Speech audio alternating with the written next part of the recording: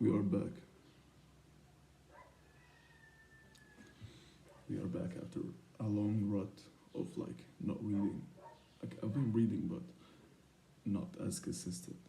So we are back. Let's go.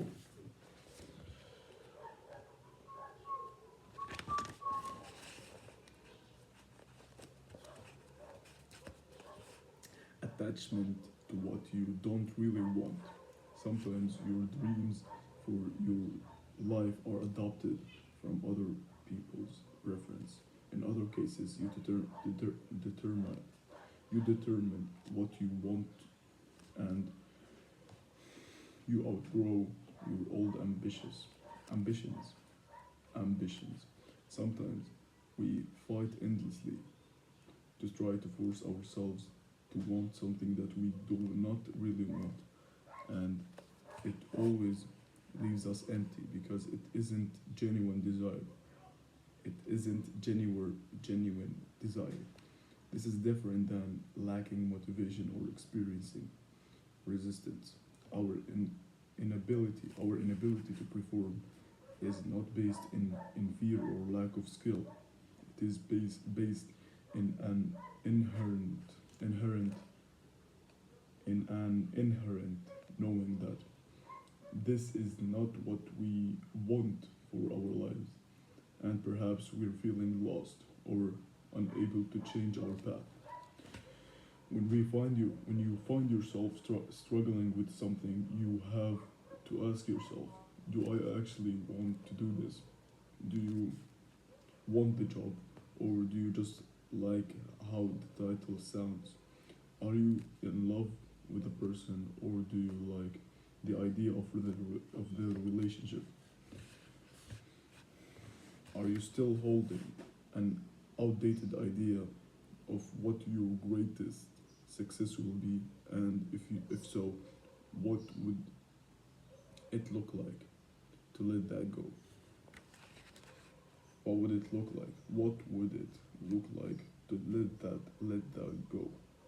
At the end of the day, self sabotage sometimes functions to show us that we aren't quite on the right path yet, and that we need to re-elevate to determine to de, to determine to to to to to determine what would feel best for our lives, even if that means we disappoint some people or even our younger selves.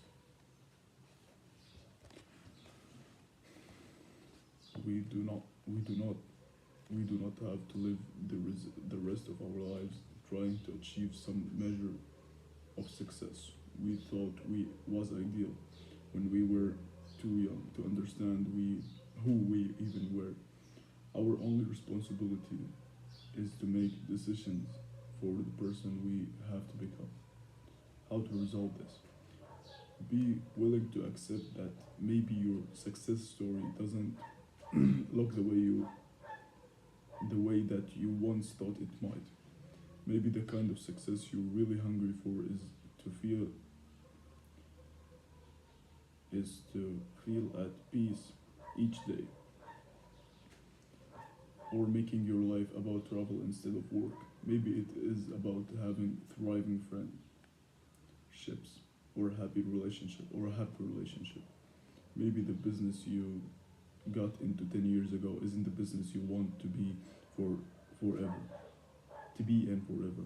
Maybe the work you thought you would love isn't coming as naturally as you'd hoped. When we let go of what isn't right for us, we create space to discover what is. what is.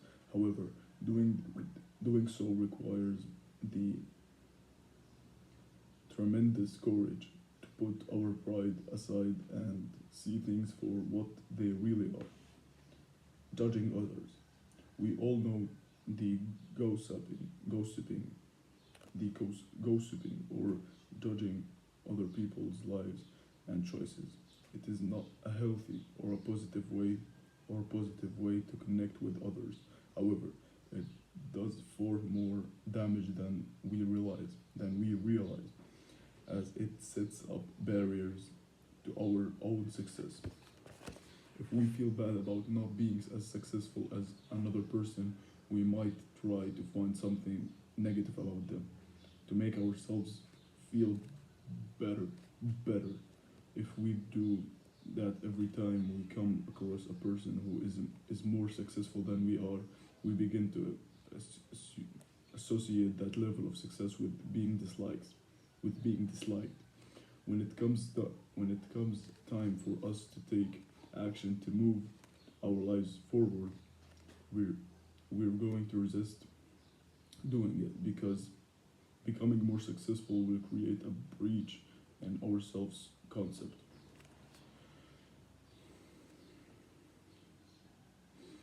In other cases, in other cases, you might have heard people you grew up around venalizing other who venalizing others who had money. They might have said things like, "Ah, rich people are the worst." Maybe they ch- chuckle, chalked, chalked, chalked all wealthy people up to being morally corrupt. This sweeping characterization sealed itself in your subconscious, and find yourself now find yourself sabotaging your own attempts to becoming financially healthy because you associate it with guilt and being disliked. When we set up judgments for others, they become they become rules that we have to play by. Two by two. By judging others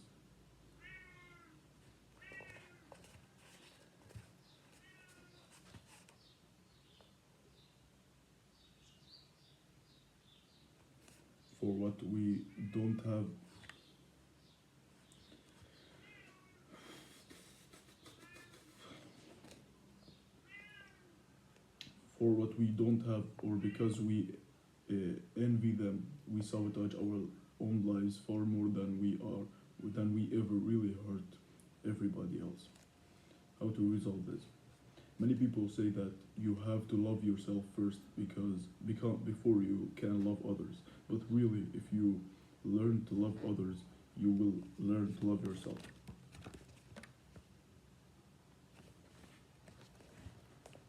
Practice not judgment. Practice non-judgment through assumption, non-assumption. Instead of reaching a conclusion about a person based on the limited information you have about them, consider that you're not seeing the whole picture and don't know the whole story. When you are more compassionate, compassionate about other people's lives, you become more compassionate about your own.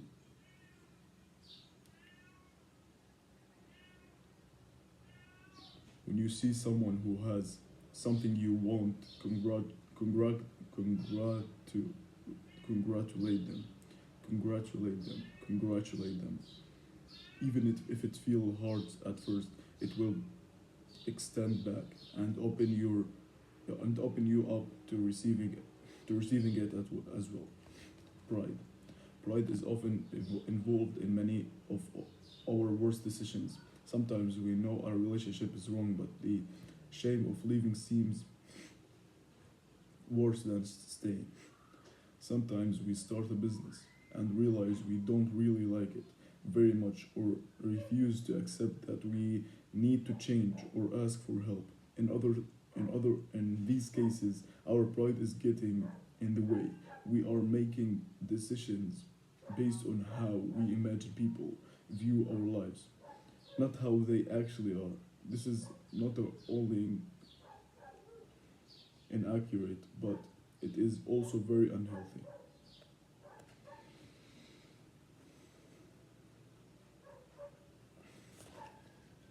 How to resolve this?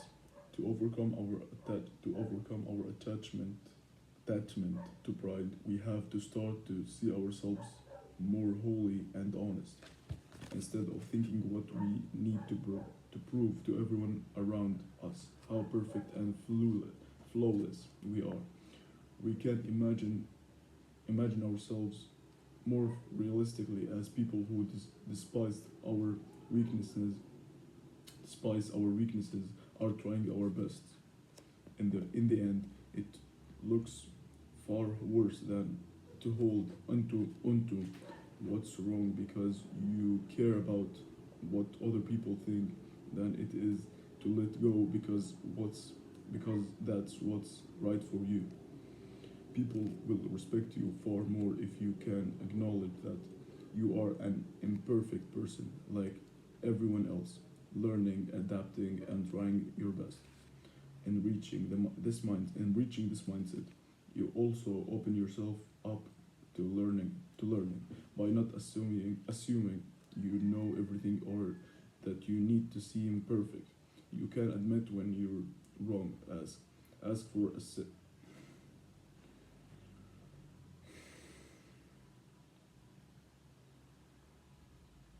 assistance. You can ask for assistance and lean on others sometimes. Basically, you open yourself back up to grow, and your life is better for it over the long term.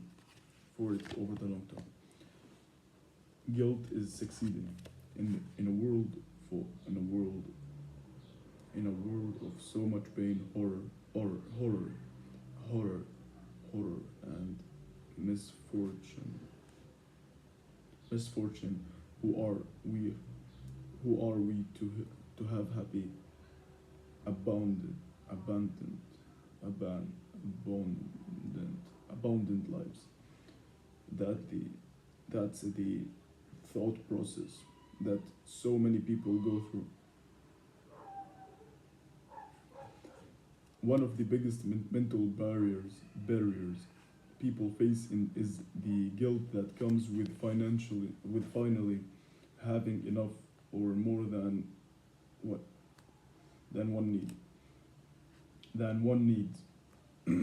This can come from many different sources, but it ultimately boils down to feeling as though you don't deserve to have it. This feeling comes when we start to earn more money or have nicer things. Often, people will sabotage their higher incomes with reckless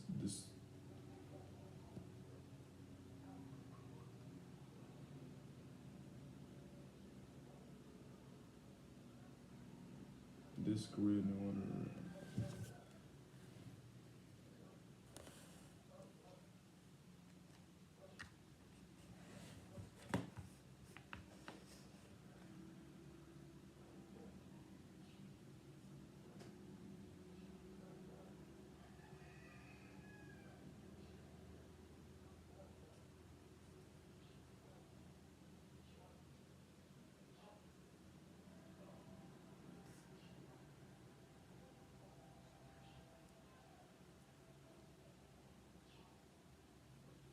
Discretionary.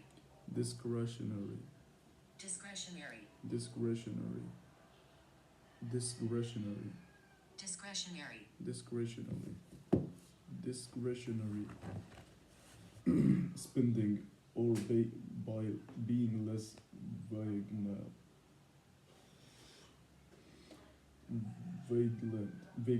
vigilant about their client, clientele, clientele, clientele, or workload because they are not quite comfortable having more that than the basic necessities, and so they put themselves back into a comfort feeling of lack. When it comes to success, guilt is unfortunately common emotion, especially for good-hearted people who want to do the right thing and live authentic lives. How to resolve this? Please realize the most extremely successful people have no guilt whatsoever. In fact, this feeling usually comes up when you're stepping between not having enough and finally having enough. What you have to realize is that money and success are tools. They buy you back time and offer you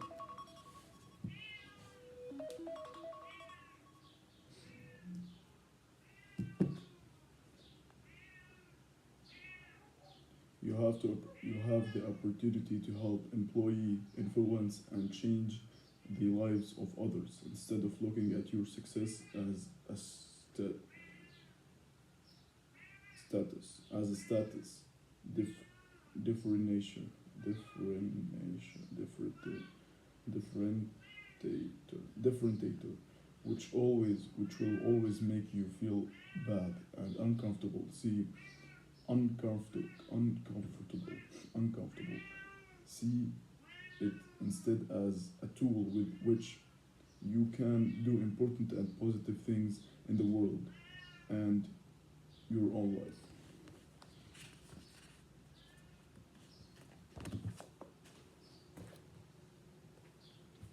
So, I'm sorry for the time that I haven't been reading. Like, I feel sorry, and I apologize for that. And I'm going to be more consistent, inshallah. And I'm 100% sure that it is from school because, like, yeah, the first day of school was the first day that in this rut,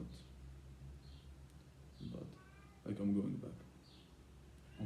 I'm willing to go back and wait for these videos daily.